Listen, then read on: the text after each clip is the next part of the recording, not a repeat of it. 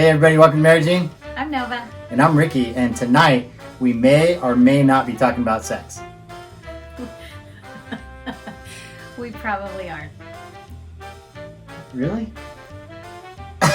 Okay, we will. We gotta get people to come back. And if you say we're not, they're probably not gonna come back. We're definitely talking about sex. There you go. You and me, we got this. Gonna take some practice. Superpower oneness. We are marrying. Oh, oh. Wonder Twin Powers activate. We are marrying. Hey, welcome back. You came back. Hope you didn't come back just because we said we're gonna potentially talk about sex, because we're probably not going to. We're not going to. We're not. I mean, we might touch on it, but Touch on it. don't go there. Hey, welcome back. This is Mary Jean, and I'm Ricky. And I'm Nova. And if you've been with us the last 19 weeks, wow. 18. 18 Today's weeks. the 19th. Today's the 19th week. So crazy. Since Valentine's Day, if you've been tuning in, then we just want to say thanks for being part of the Mary Jean community. Mm-hmm. And if you're wondering what Mary Jean is, we're going to celebrate 25 years of marriage this year. And we decided that we wanted to share with you all in that journey, that it's for the last 25 years of us taking this journey. And in doing so, we want to inspire you to activate your oneness superpower. That means changing atmospheres in your home, create environments that you see each other and you hear each other and you fill each other's love tank. creating space really to thrive in marriage. And we honestly believe you can thrive in marriage. Oftentimes it's that people aren't communicating and how they feel loved. And sometimes when you're dating, all that stuff seems super easy, and once you're married, it can become a challenge because of our presuppositions and how we were raised and how we saw marriage done. And so we want to help you kind of refocus your focus. That's the reason why we were inspired to do a series on the 5 love languages. Mm-hmm. So the book that we've been telling you about, it's called The 5 Love Languages by Gary Chapman. And again, let me just qualify, we don't know him, we don't get any proceeds if you buy his book, but We just like his book. and it's a great tool that we've been able to utilize in our own marriage. So the last 2 weeks and then tonight, we've been talking about the 5 love languages. And those 5 love languages are Words of affirmation, quality time, receiving gifts, acts of service, and physical touch. I don't know why I can't. I know them, but it's hard to words remember. of affirmation, quality time, receiving gifts, acts of service, and physical touch. Those of you that tuned in last week when we talked about the first 3, quality time, words of affirmation, quality time, Receiving gifts. receiving gift, you discovered in even doing the homework that you don't really connect with all 3 of those, or maybe 1 of them or 2 of them. Tonight we're going to finish that list, and we're going to talk about the last 2 on that list, which are acts of service and physical touch. Mm-hmm.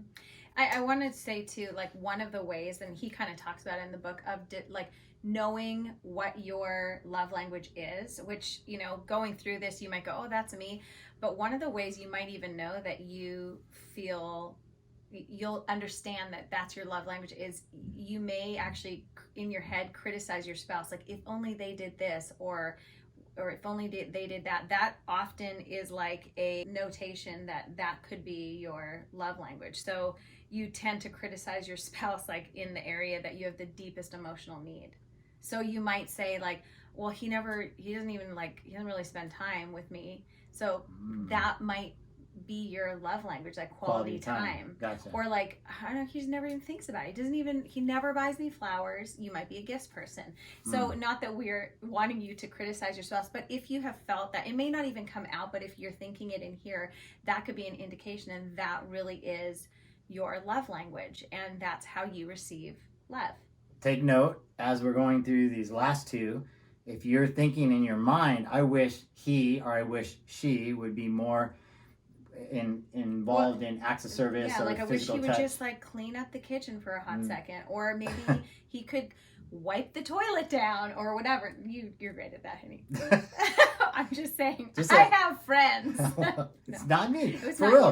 you. Yeah. I'll tell you guys, this is free. Okay, this is like a little freebie. I know what you're gonna say. What am I gonna say? Sit down. You sit down. Yeah. Why not? I know women do it, and it's like faux pas. I don't sit down. I'm a guy. Why not? Sit down, relax. You can Enjoy. read the newspaper. Whatever. What's a newspaper? What is that? Tonight, as we go through these last two of the five, maybe you're thinking, I wish my spouse would do that. That's probably a good indication, as Nova said, that is potentially a way that you receive love. The things that hurt you, like if it hurts you, maybe you're like, oh, so the opposite of that might be my love language. So tonight, acts of service, physical touch. What's interesting about acts of service, okay, for this guy, is it becomes very natural for me to serve other people. Yep. And if I walk into a room and it's kind of a mess, if it's a dentist office or if it's your house and I'm a guest, I start straightening up. It's just a very natural thing for me. Not because I'm thinking in my mind, I really want to serve these people and love these people. It's just literally, I just naturally kick in. You naturally see needs and you kind of like know how to fulfill them. But easy. That doesn't necessarily mean that you receive love that way, or it's not given. Because you don't really receive love that way. Like for instance, because you're so good at doing acts of service. Like there have been times when I've done the dishes and you're like, I don't want you to do that right now. Can we just spend time together? And I'm thinking, but I'm like, I want to serve you like you like serve me. And you're like, no, it's much more important for us to like either, spend time together or for me to look in your eyes and affirm you or whatever. But that's not necessarily the same. Like you give it easily, but that's not necessarily how you receive it. Let's define acts of service, because that could be, well, what does that mean? Acts of service can be picking the kids up from school, going grocery shopping, taking care of the honey-do list, taking out the trash, doing dishes. It's doing. So just think anything that's a physical act and you're doing this to serve others, that's an act of service. For some women, it'd be like, man, it really would be nice if he even offered to go grocery shopping for me. And sometimes we have to like re-examine stereotypical like ideas of acts of service, because sometimes when people are dating, and he kind of mentioned this in the book too, when people are dating, it's like easy to like serve each other because you want to be close and you want to, do things. But then when you're married, then, well, I grew up where like mom did everything and dad like worked and then came home. And that's a little bit of an antiquated idea now because so many people work, but still work outside the home, I should say.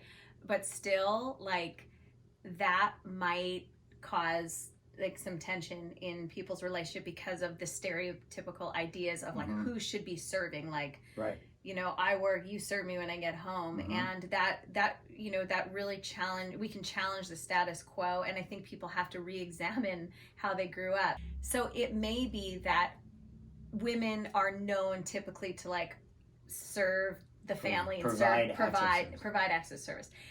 But the truth is, if both spouses are working outside the home, like it might be her, she might feel loved if her husband does acts of service. So this is where communication really comes in. When we do premarital counseling, and for those of you that are engaged or dating and you're headed towards marriage, please get premarital counseling. It's so important. But one of the things we do with couples when we sit with them and do premaritals, we ask them to write on a piece of paper away from each other, apart from each other. So there's no peeking. They're going to write down their expectations of their future husband or wife. And on that, typically always, we see acts of service show up. So in other words, she may say, my expectation is that my soon-to-be husband will be the provider. Will take care of the car, will take care of the yard. Or he'll help with meal, or he'll help with laundry. And his list might say, my expectation is my future wife is going to do all the chores, right?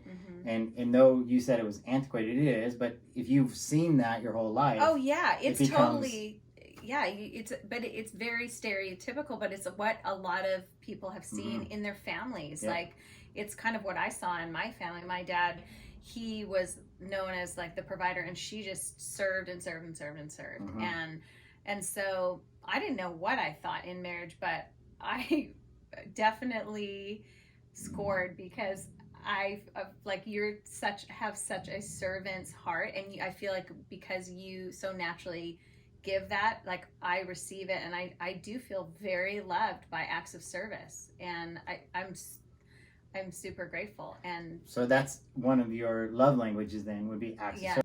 I don't think I realized how important that was to me. So one of your top ones, but as we said earlier, it's not necessarily mine. So if we've eaten dinner and she jumps up to do the dishes. Quite honestly, I would rather just do the dishes in the morning so that she doesn't have to deal with them, and I'd prefer her attention rather than doing the dishes. And so this is where it gets a little tricky, right? So you have to be careful, because she may go, I'm going to do these dishes because I know Ricky likes to do acts of service, so I'm going to do this and he's going to really love it. And I'm upstairs going, when is she going to get up here?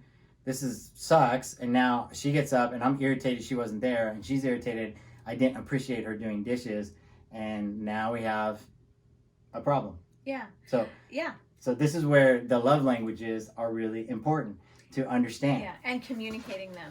Absolutely. Too. Because honestly, if you're like, oh, I don't want to forget about the dishes right now, but then in the morning, if I was stuck with the dishes, I'd probably be bitter. But it's true. This is but true. you are good on your word, and you're like, I got it. Everything's done in the morning, and it does make me feel loved. It feels like it's like, I get to start clean and fresh this morning, and that is like obviously, I guess, important to me. It's important. So before we move on, we just want to make sure that we encourage you all to ask each other about this specific thing, acts of service. Like, explain to me how you feel when I make the bed, when I do the dishes, when I vacuum. Help me understand what that does in your heart, your mind. Do you care? Do you not care? And that way you're really kind of figuring out how to love each other better, right? Yeah. I think it's simple. Yes, but it's easy. No, not all the time. So this is like a simple conversation to have, but really activating all of it, it's not easy. So it definitely takes effort, especially if it doesn't come natural for you to give your spouse their desired love language. So it's simple, but it's not necessarily easy. And finally, on that list of love languages is physical touch. Physical touch. Yay! He's got every man that's watching right now just set up straight in his chair. Yes, that's mine. Whatever that is, I like it. Has the word touch in it, done. So I used to think maybe that mine was physical. My number one was physical touch, and it's sometimes they're all a close tie for me. But probably a second for both of us is like, creating that intimacy in touch. So just to be really clear, physical touch is not necessarily, but can be sex. It's more intimacy than it is sex. Okay, so physical touch obviously is part of the sexual activity. However, this is physical touch, and it's completely non-sexual, right? Yeah.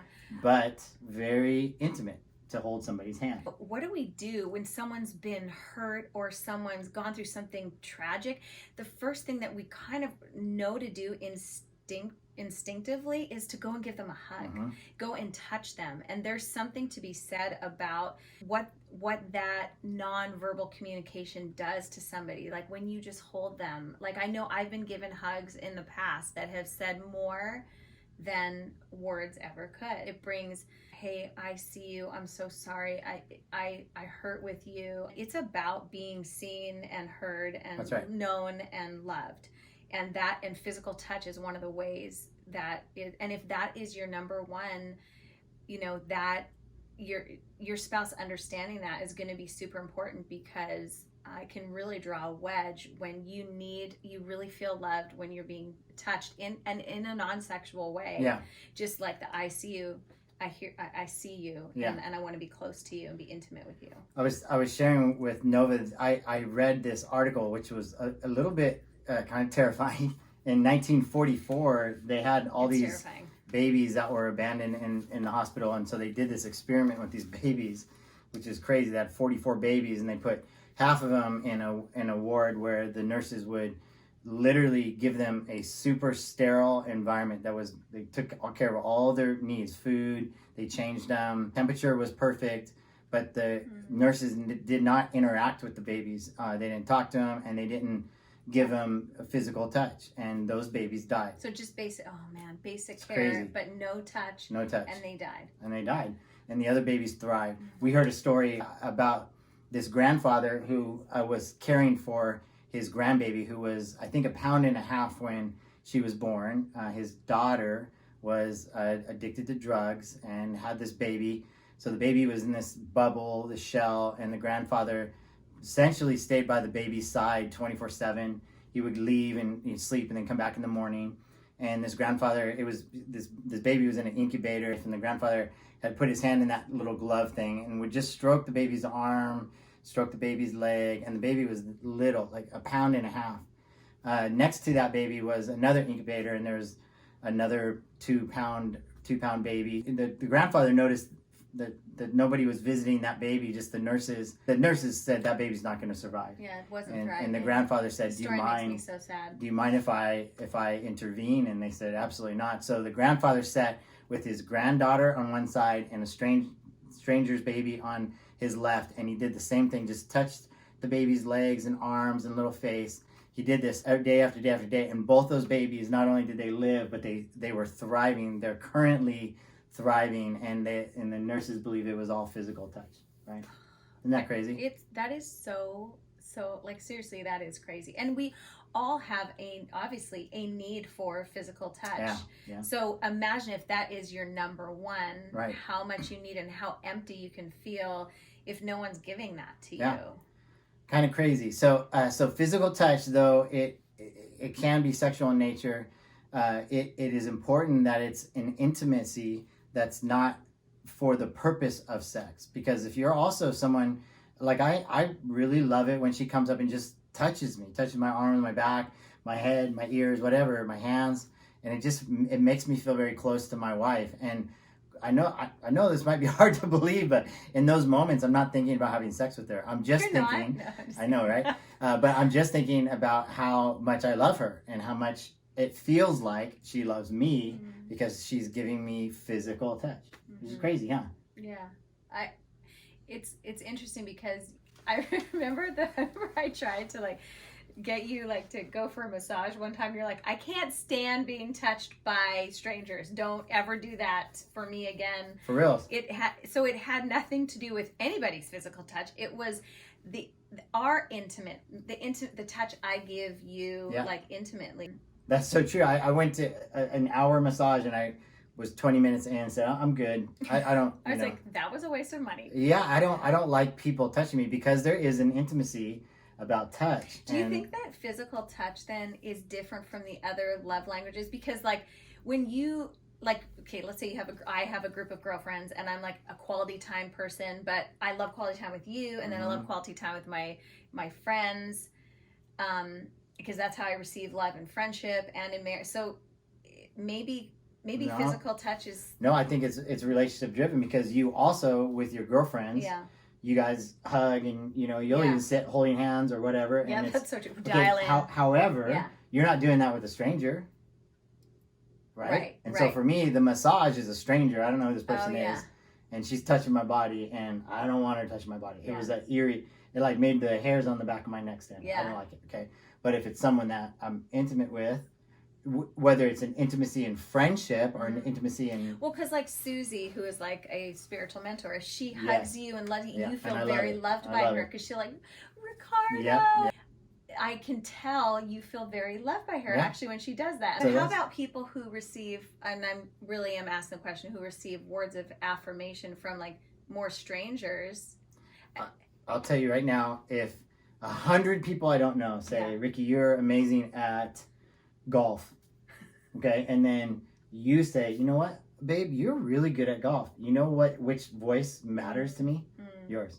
I mean, and that's no matter what it is. Something I think, in talking about like acts of service and physical touch, I mean, really all the gifts, there is this differentiation, a request versus demand. So a request from somebody is really like, you're directing them to love you, so it's a request. But if you demand it, it kind of like stops the flow of love between you. So if you're demanding of it, like if you would just wash the whatever, right, that's demanding. And what it does is it stops the flow of love. But if you say something like, man, I really love it when you do such and such, all of a sudden it draws you into intimacy and it directs you to love towards the person. So that's awesome. So if we can if you can have that open conversation even with your spouse tonight, like, have I been requesting or have I been demanding of you?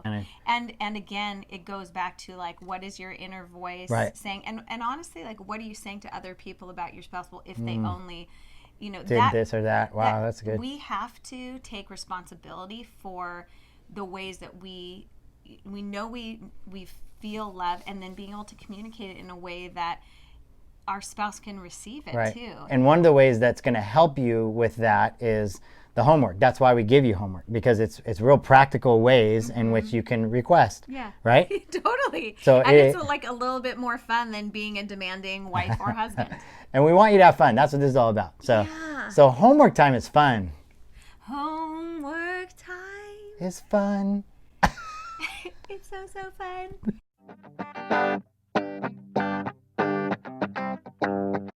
Hey, we have some fun things for you tonight for your homework assignments concerning acts of service and physical touch. Yes. A card game for acts of service. Okay. This is a cool idea. I found it online. And so if this is your idea, thank you. We're sharing it. I don't know whose idea this is. I just happened to Was it on find the it. Google? It was on the Google on the World Wide Web. Okay, so it's a card game. Here's what you need. You need a pen, you need paper, and you need a pack of playing cards, okay? We don't have any of those things to show you, but you can figure those things out.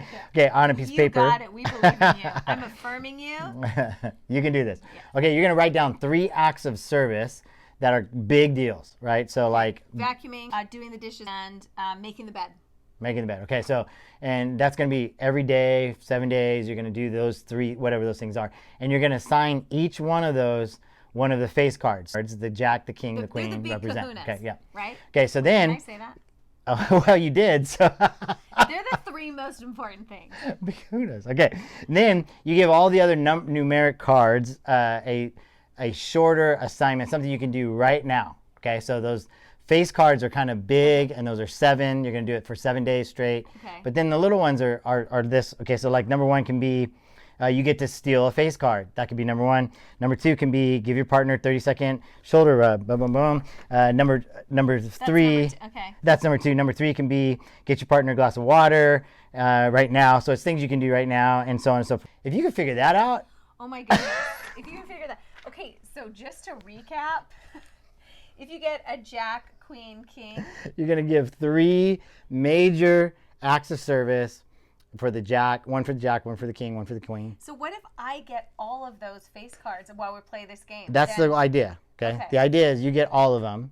Okay, so now you have those in your hand. So then you give those, you decide of those which to give to me for the week. So let's say you get the most face cards, and I have 1 queen, you have all the rest, okay? So now you're going to say, you know what, of these 3 tasks, doing the dishes is the one that's going to make me the happiest, right? So guess what? You get 7 days of doing dishes, and that's the way the game goes, and you won the game, so you ascribe that to me, and I get to do dishes for 7 days. Now, but throughout the whole game, I'm getting a piece of candy that you got to go get. You're getting a glass of water. I'm getting a massage. It'd be a date night thing. It is a date night. That's the whole point. This, so how many hours do we think this can take? I mean, 1 deck of cards. There's 52 cards. Each person turns, so half of that, 20. Okay. So this is it's the war game, It's half right? of 52. I don't even know. I noticed how I passed right over that. I was like, okay, it's like war, only it's acts of service, which is opposite of war. It's love. But honestly, I don't understand. If I put down a 6 and you put down a 3, we're not putting any cards down. We're not? No. Oh my gosh, I thought we were putting the cards down. Okay. Take a deck of cards, shuffle it, and face down so you can't see what they are. I put 1 for you, 1 for me, 1 for you, and we split the deck, whatever number that is. You have half, I have half. If this was the game of war, we would 1, 2, 3, turn a card over, okay? And the highest card wins. Got it? Yep. Okay. So here we go. 1, 2, 3, turn a card over. I have a 6. I have a 3. Oh, so the highest card won, me. We look at our list of the numbers we ascribed pre-game. Yes. And number 6 says, find your partner a piece of candy. You, because I won, go up and find me a piece of candy and bring it back. Okay. Next card. We flip it over. You have a Jack. Okay, Jack. I have a Jack. And I have a 2. Okay, you win, but you take your Jack and set it aside. Okay. Next card that turns over. Got it. I get a Queen. Oh, and now I put that aside. I feel Okay. like we should get a deck of cards. No. This is so fun.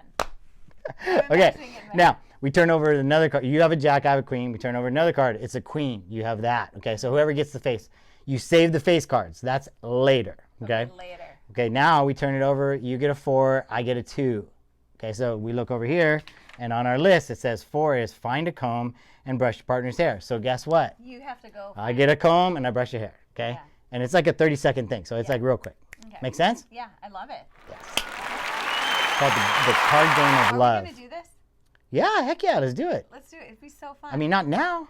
no, not right now, but like on our date night. Yes. This is a good at-home date night where you Yeah, have like yeah. children around and you Yeah. have to like be home. Yes, This is good. yeah. This is such a good one. Yeah. Okay.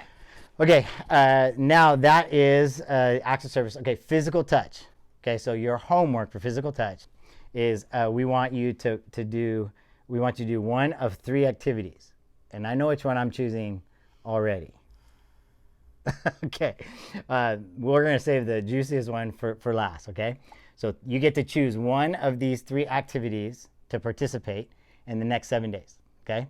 Activity number 1. The 2 of you are going to go on a date to do some mini golfing. You can easily find one that's open in your area. They're starting to open everywhere, no matter where you're watching this, okay? Yeah. So then I like what you do is you have 9 holes of mini golf, and every hole you have to have a physical activity the 2 of you are doing while you're trying to putt the ball. So, for example, you can say hole number 1, we're going to hug. Okay, so we hug, only it's my putt, so you're hugging me, I putt, and then I'm hugging you and you putt. Okay, and we see how we can do with that. Okay. Hole number 2, we can say we have to hold hands. So you're golfing basically with one hand and you have to hold hands the whole thing. So you're not letting go of your hands the whole hole. So then you putt and I putt, and then we have to walk to each other's balls. Okay. For the person who's not physical touch is gonna. It's gonna be miserable. It's gonna be miserable. Okay, so like let's say hole number 3 is you're gonna cover up the eyes of your spouse as they golf, and you're gonna have your hand on. So every hole has to involve some appropriate physical touch because you're out in public. Okay. And at the end of that 9 holes, one person's gonna hate it, one person's gonna love it, and it's gonna be really fun. Okay, so that's activity number 1. Yeah. Activity number 2 is you're going to, in a very non-sexual environment, get that? Maybe a kitchen would be a good, and you can involve your kids with this too. It's really fun. You blindfold your spouse, and then you put something on the table, and only with their hands, they can't smell it or taste it, only with their hands, they have to tell you what it is, and they have 30 seconds to do so. So I'm blindfolded. Nova puts an apple on the table, and she says, go. I grab it. I go, an apple. And if I did that in under 30 seconds, then I get a point, okay? So it's kind of a point thing. And then I blindfold her, and I put a can of soda on the table, and I say, 1, 2, 3, go. She reaches out, grabs a can of soda. And then she blindfolds me. So see how it works, and you can involve your kids in this. And it's literally, at the end of this exercise, you will understand the significance and how powerful your touch can be. It's funny because those little tiny tactile receptors in us, like it really, even especially because you're blindfolding, That's right. all of a sudden those receptors become so much more sensitive. And then number 3 is reserve for your bedroom. And so obviously you know which one I'm choosing. If you're Golf. I'm choosing golf because I love golf. You're such a good golfer. Okay, you go into your bedroom, shut the door, make sure the kids are in bed, and you try to also do this, by the way, in a non-sexual way. Okay, so you are in a t-shirt and jeans or whatever, and you sit, you have open hands, open feet, barefoot, bare hands. Okay. Okay, and then you blindfold your spouse, they're open hands, bare feet, and you literally now touch something on their body. So you touch their hand, and then you say, tell me how you feel when I touch your hand. Okay, touch their ear.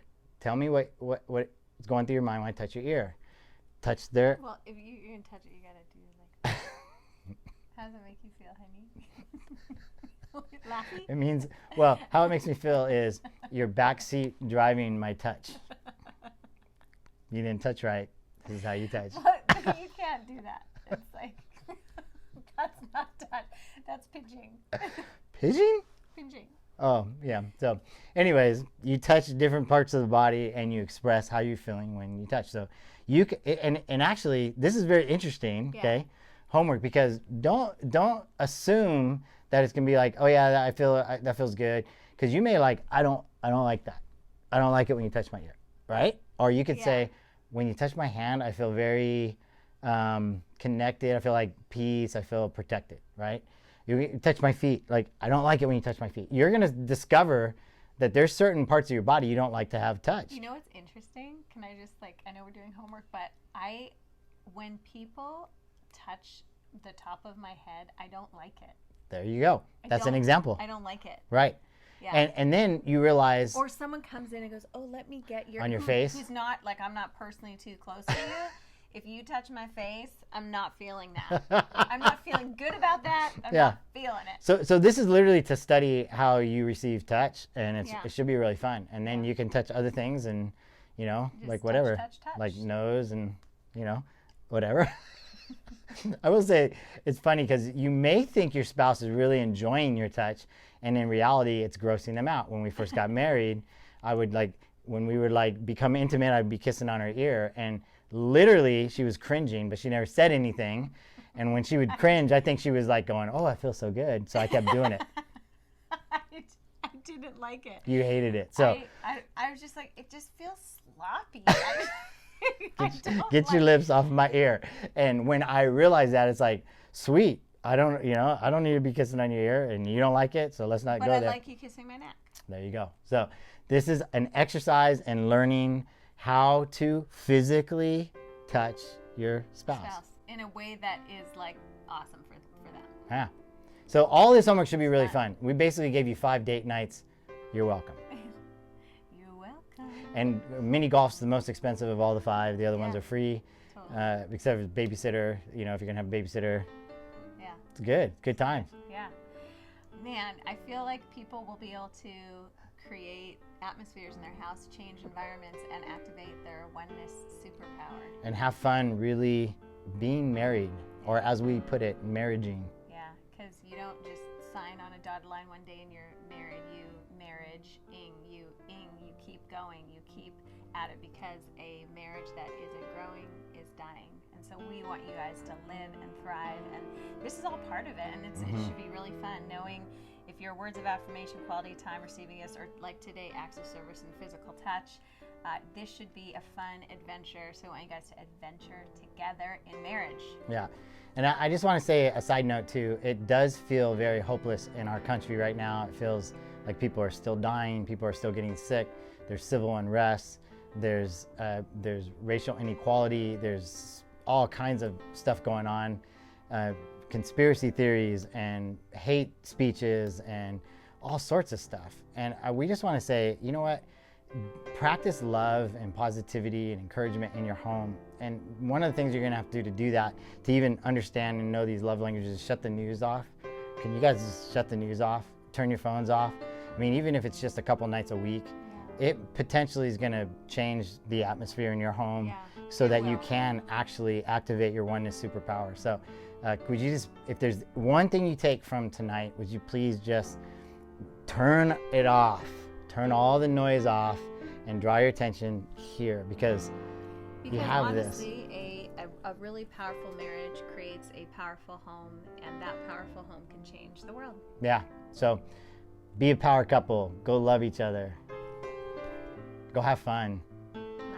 Laugh, play, marriage. Walk, touch, affirm, And touch more. and buy gifts. And then touch.